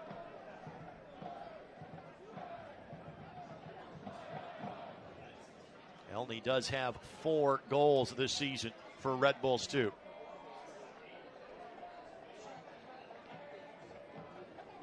Connor swept back to midfield. I mean, that was just a ball to buy some space. It finds the feet of Tyler Pasher, and a foul Gives the Indy 11 a moment of pause. Fans, the USL's elite youth platform, USL Academy, allows clubs at all levels across the USL to develop its local youth and compete at the highest level across the United States, including the USL Academy Cup. For more information, visit uslsoccer.com/academy.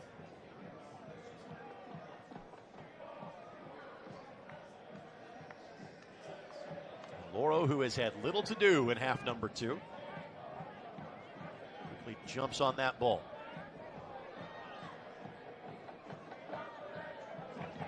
Stroud trying to weave his way around Ouimet. Ouimet draws a foul. Good read. Good read.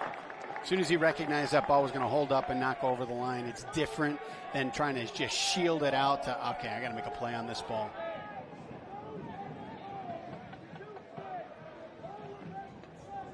Farr will take the restart here for Indy. Take a look at the foul. And just enough of the extended arm to draw the whistle.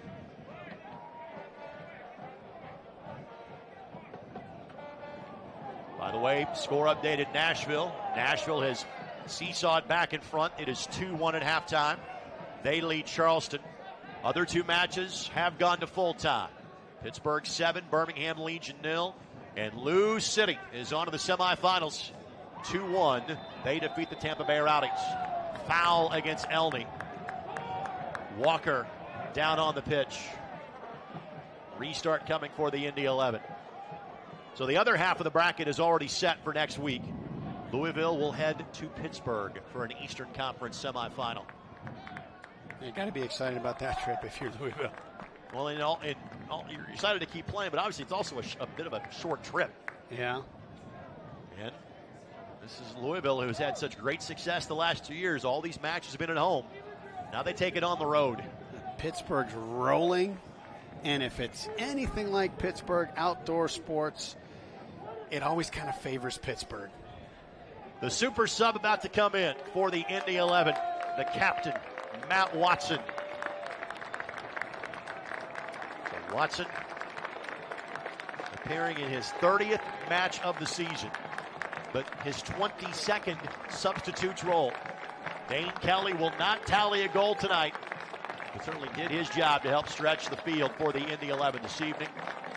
So not surprisingly, a bit more of a defensive mindset now with Watson coming on to add even more depth in the midfield for Indy. And just a great problem solver. You know, in a game like this, you got all sorts of problems with the elements, with the field, with the fact you've got a high-scoring team that's going to be throwing numbers at you, that you're kind of in a counter-attacking, kill-the-game kind of mood. So there's unique problems that have to be solved. Matt Watson, you can put anything on his plate. He's going to be able to navigate it. And by the way, the 3rd sub is at the 4th official as well for Red Bulls 2. So they will make their final substitution coming up in just a matter of moments. Boy, Drew Connor's been great in tight spaces all night. And Bezecourt, the player, that will exit. He'll take off the captain's armband. He'll put it on Tom Barlow.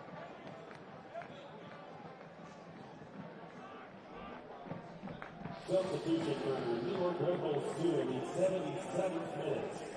Entering the game number 67, Omar Sow. So Omar Sow enters for Red Bulls 2. Connor couldn't control that one. Goal kick coming for Evan Loro. And all of a sudden, Brad, this is in the 77th minute. Just expect that pace for New York to accelerate. The ball's going to be going up the field a lot quicker, and the numbers getting into the box are going to be more significant. Fans, this portion of this match presented by Ivy Tech. Pasher with a touch. Loro got there and plays it off of Pasher. That was the backbreaker right there. And let's thank our friends at Ivy Tech. Career start here. Apply for free at ivytech.edu. And Pasher was looking to put this one away with a potential second goal. And credit Loro. He knew that he did not have time to think about it. Had to go and make a play, and that he did.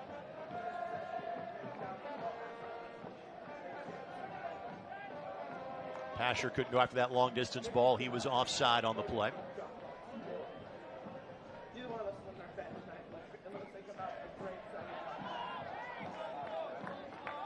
coming here for Red Bulls 2. Well, for Pasher, it may be literally Pasher Island offensively. He's going to be the only guy kind of lurking in those spaces. Watson makes a run. The ball finds him, or at least in his vicinity, in between 3 Red Bull 2 defenders. By the way, this portion of this match presented by Honda Manufacturing of Indiana, official automotive sponsor of the Indy 11. Barrett and Ouimet combined to keep that ball in play and ask for a handball. They'll get it off of So. And I tell you, the more little possessions that Indy can string together like that, just it draws New York deeper and deeper in, not just killing the clock, but it draws them further and further away from the goal that the 11 have to defend. Reference Omar So as the third and final sub for Red Bulls 2. He does have 2 goals on the season.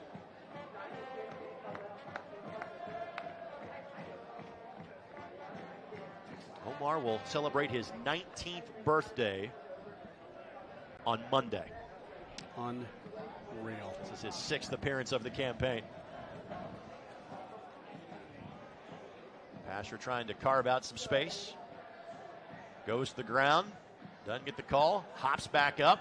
Somehow breaks free. Tries to turn the corner, but he's literally going 1v5 right now. And understand why the Indy 11 are in such a defensive position. Barlow isolated up top. Barrett beats him to it. And Barrett does keep that in play. Hits it back towards the Sweets. However, foul given by the Indy 11 just past the midfield stripe.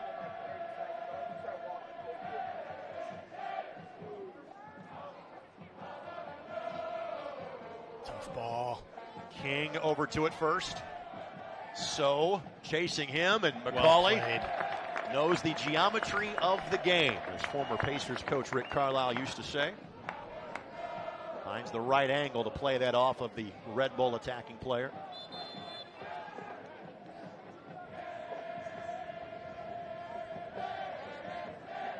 Fans, the 2019 USL Championship Final promises to be the biggest in league history. Tune in Sunday, November the 17th at 7:30 on ESPN2 for the biggest match of 2019. The Beast of the East and the best from the West closing out the season on a national stage. Sunday, November the 17th, 7:30 Eastern Time on ESPN2. Lauro at the edge of the 18 and not an Indy 11 player within 25 yards of him. Yeah, not 100% sure what he's thinking on that play. Take a step back, let the ball come into your hands, and then distribute it out to your back. I don't know why you need to take 2 touches and bring it down with your feet and play it.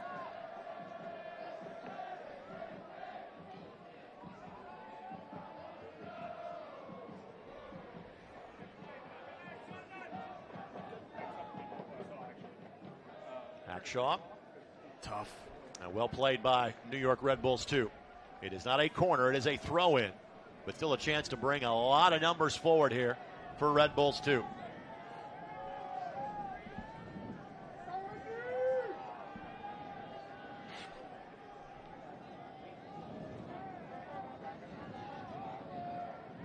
Barrett. But a foul called against Red Bulls 2.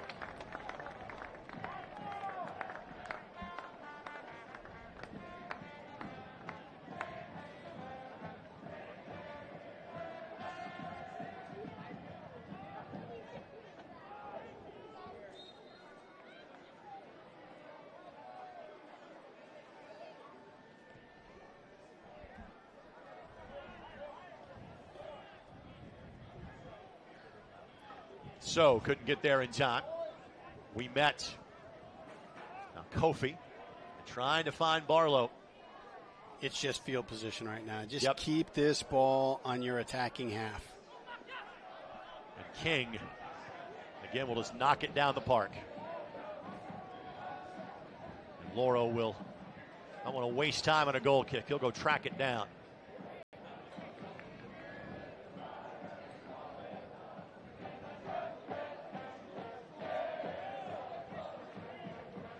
And this is where Indy's got to be careful. Don't sell out, don't stab, don't dive in. Just stay in front, make everything difficult. Every possession has to be earned.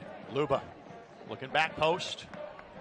It's Barrett yet again. Now Buckmaster. Does he give it a go from distance? Lifts it towards the 6. There's Barrett yet again. From the top of his head, it somehow finds the feet of Pasher, even just briefly. But the attack continues now for Red Bulls 2. Ball deflected off of Ioze. Hackshaw got ahead to it. It goes all the way outside of the 18, and then King. Unfortunate touch. Did not get the touch he wanted on it. It is a throw-in. And now King will give a goal kick. That deflects off a Red Bulls 2 player.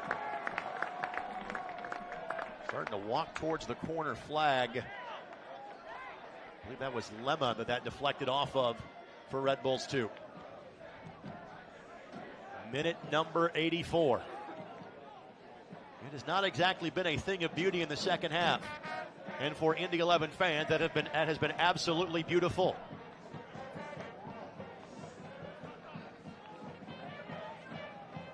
King elects not to play that. Decision. Rook plays like a veteran, doesn't he? Very, very much so. You know, in tight spaces, he's been doing well.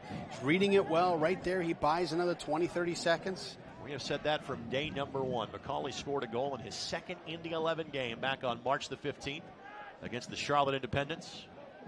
It's a ridiculous goal. Gibson scored that night as well as he gets ahead to it for Indy. Now Kofi plays it to Luba.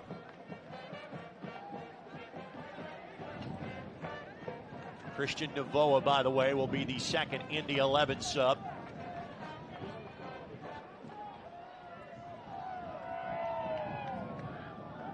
Stay in front. Just keep shifting over. And Hackshaw will watch that ball go across the byline as the winds continue to gust here at Carroll Stadium. And Novoa will be waved on, and Tyler Pasher's night is done. So Indy clearly of the opinion that one will be enough for him, as both Pasher and Kelly have now been removed from the game. And there's more scoring options off the bench if you need to make a third sub. Ilya Illich, Eugene Starikov, all available for selection.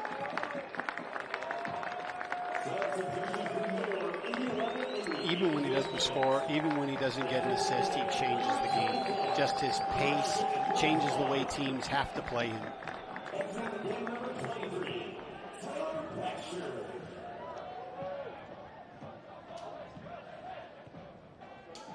Novoa, the target here. Scarlett quickly knocks it back towards midfield. What a touch. Great touch.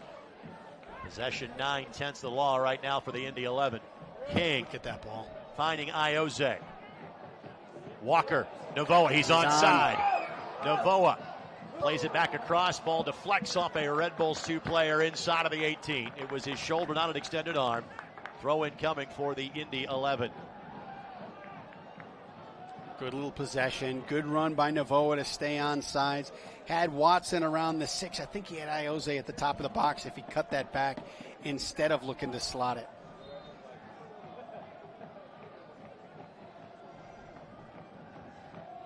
Novoa at the byline. Plays it across, but nobody sitting back post for the Indy 11. King will track it down. Does he begin the march to the corner flag at this stage? It's not actually a march, but it worked. Got it around Luba, but just couldn't keep his own feet. And now Loro with the goal kick. Final 5 minutes plus stoppage time, brought to us by your Central Indiana Honda Dealers, official automotive sponsor of the Indy 11. I think we're probably in the 3-minute neighborhood as far as added time at this stage. And there's one more Indy 11 sub, and that may be saved for once this gets past minute number 90. A bit of a strategic standpoint. Nealis, the player closest to it for Red Bulls 2, and Gibson couldn't keep it in play. That's going to be a corner. Heads up play by the Red Bulls with just playing the wind and just fighting for every possession earns them a corner kick. Laura with a look towards the sideline, asking how far do I come up? He goes to midfield. Everybody else gets either inside of the 18 or within the vicinity of it. 6 inside of the box, 3 outside. Ball sent in, flicked down and far, had it covered.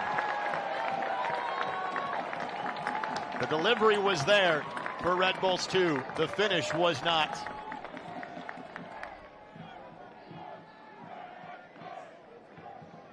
Brad Ring, in his 5 years with the Indy 11, kind of became the club favorite, the club legend. Jordan Farr might be that guy that replaces him in terms of the way the fan base feels about him.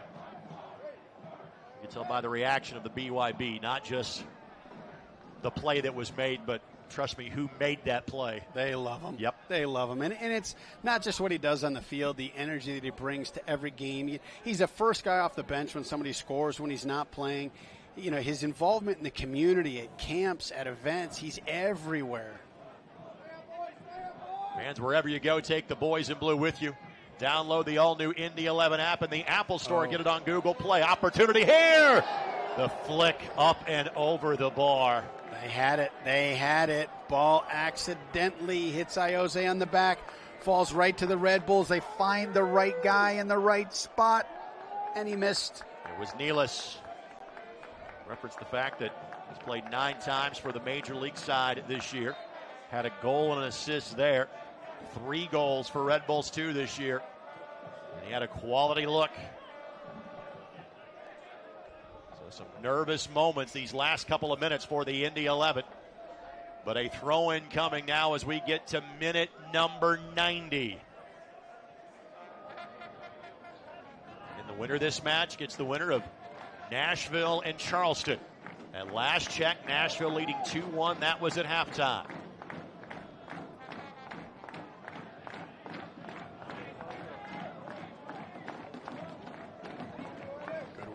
Just keep it going forward. King will knock it to the corner. Loro again will go track it down. 4 minutes of added time. We've got about 20 seconds or so before we get to that point. It's plenty of time. There's at least one more good opportunity for New York on the field. We saw it with Birmingham and North Carolina on Wednesday night. There was a goal in that match in the 93rd minute. Barrett.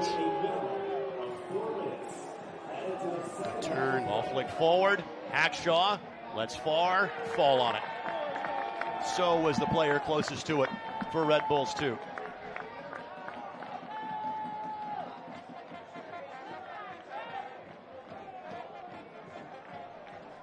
Farr will not make a move until prompted to do so. Probably would like to have that one back.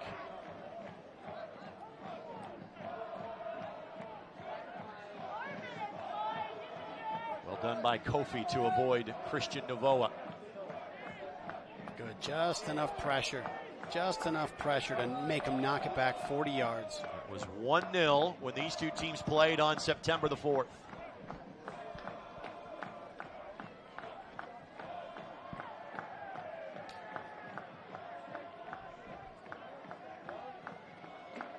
Great job not to just give up the throw in and get another 30, 40 yards with the real estate earned by that sliding effort. And with the win at the back, the goal kick from Loro. He can get to the top of the 18 quickly. Big win for Watson. Finds Novoa, but Novoa a giveaway. However, an equal giveaway by Red Bulls 2. As Buckmaster not on the same page. Oh, I tell you what, 2 crucial turnovers. And at this point right now, you're just telling guys, hey, just everything's forward. No counter balls, no lazy softballs. Everything's got to be forward. Indy still does have a 3rd substitution if they feel the need. We approach about the halfway point of added time. Red Bulls 2, they have never lost an opening round playoff game, as they've made the playoffs in each of their 5 years. 4-0 in the quarterfinal round. Kofi makes the turn. Good run. Slides it forward. But again, there was, I think Buckmaster thought there was a touch there. Kofi thought it was too. I didn't see it. Yeah, But both the referee and the assistant referee immediately point to a goal kick because that could have been a ball he could have played, but he laid off of it. That was such a well-timed ball in the seam that why not play it? Why not play it? Take your touch. Yeah, it was right to him. It's at your feet. Novoa tracks out on this one. Great job by Scarlett to knock it away from Novoa. And the same with Connor. Just get back, get your shape. Get your shape. Don't let anybody get loose. Stroud plays it across. Ball at the edge of the 18. Ball's between a pair of Red Bulls 2 players. Now King to the top of the 18. Barlow plays it across. It's headed, but up and over the bar. Good build. Good build. Red Bulls 2 didn't rush it. Knowing they had about a minute or so left, it was Stroud looking for his 16th goal of the season. Maybe time for one more push forward for Red Bulls 2. 11 has been dodging opportunities from Red Bulls 2 the entirety of the half. Great goal kick. Now Novoa gives chase. Loro will play it with his head, but he couldn't get to it. The bicycle to steer it back to midfield. And the whistle going to be given. And now we have hit the 4-minute mark. So exactly how much action will be left in this match. The last time the Indy 11 played a playoff match here, the final score 1-0 in favor of the Indy 11. Will it happen again? Yes, sir. Full time. The Indy 11 have won a playoff match for the first time in 3 years and for the first time as members of the United Soccer League. And for a second time in as many matches with Red Bulls 2, it's a 1-0 victory in the Circle City. For the first time, Red Bulls 2 were sent home in the quarterfinal round of the Eastern Conference playoffs. The Indy 11 will see November for a second time in franchise history. Full-time score at Carroll Stadium this evening. The Indy 11 won, the New York Red Bulls 2-0. Stay tuned. Our West Fork Whiskey shot of the game, plus our Central Indiana Honda Dealers post-game show. Carl Wamette, the lone goal scorer in tonight's match. Post-game festivities from a wet and windy Carroll Stadium come your way next as you're watching Indy 11 Soccer on MyIndy TV and ESPN+.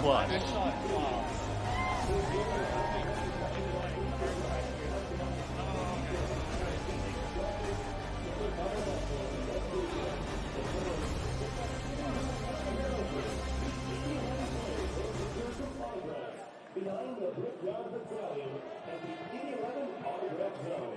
Also fans, remember, season ticket not renewed. It's available online.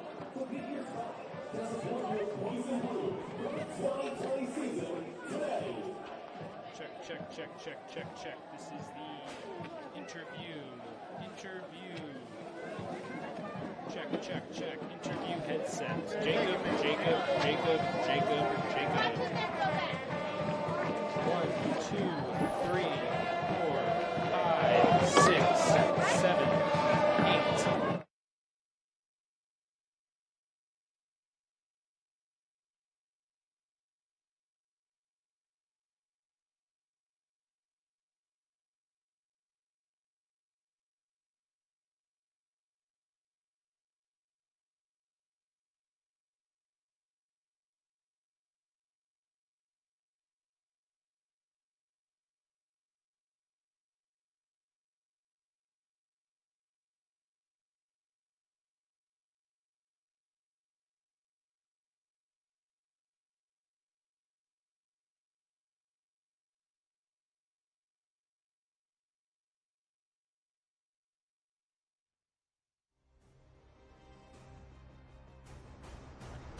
Indy 11 Soccer is brought to you by Community Health. Dream big, work hard, finish strong.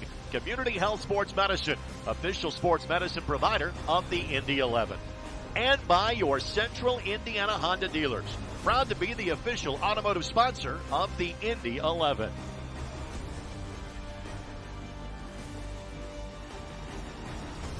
A hard-earned victory for the Indy 11 this evening. All of them in the postseason are. Again, Red Bulls 2 shut out for just a 6th time in 35 matches this season. 2 of them have come here in the city of Indianapolis. 1-0. Indy 11 advances on to the Eastern Conference semifinals for the first time in their brief 2-year history in the USL Championship. Time now for our West Fork Whiskey shot of the game. West Fork Whiskey, Indiana's premier whiskey distillery. Weren't many shots by the Indy 11 in this match. They made the ones they had count, especially this one. Yeah, and I think this is just like Coach Rennie drew up there. You got the ball from Patty Barrett to Macca King to we met in the box for the one-touch back post. All right, Barrett to King, I'll give you. The one that part is the bit that's a little bit surprising. Again, not a stranger to scoring goals, but again, a guy that is on the field for his defense first. And even though he scored one, clearly his defense was up to his usual standards tonight. Fantastic defensive effort by Carl and all the guys on the back line. Yeah, I'd say it was great, but you look at the quality of that finish, too. We're so used to seeing him go up and battle and fight for restarts and be on the other end of it and win that and either keep it in play or put it on frame. For him to get a goal like this, that's just magical. Stay tuned. The Central Indiana Honda Dealers postgame show comes your way in a matter of moments. We'll talk to the head coach of the Indy 11 in Martin Running. Also planning to talk to the goal scorer tonight in Carl We Met, as well as Patty Barrett. But for our game broadcast, for Brad Hodder, I'm Greg Rakestraw saying good night from Carroll Stadium in downtown Indianapolis. Final score this evening, Indy 11-1, New York Red Bulls 2-0. All games airing on the ESPN networks are streaming live and archived on the ESPN app. This has been a presentation of ESPN. Copyrighted telecast of the United Soccer League Championship cannot be retransmitted, rebroadcast, or reproduced without the expressed written consent of the United Soccer League Championship.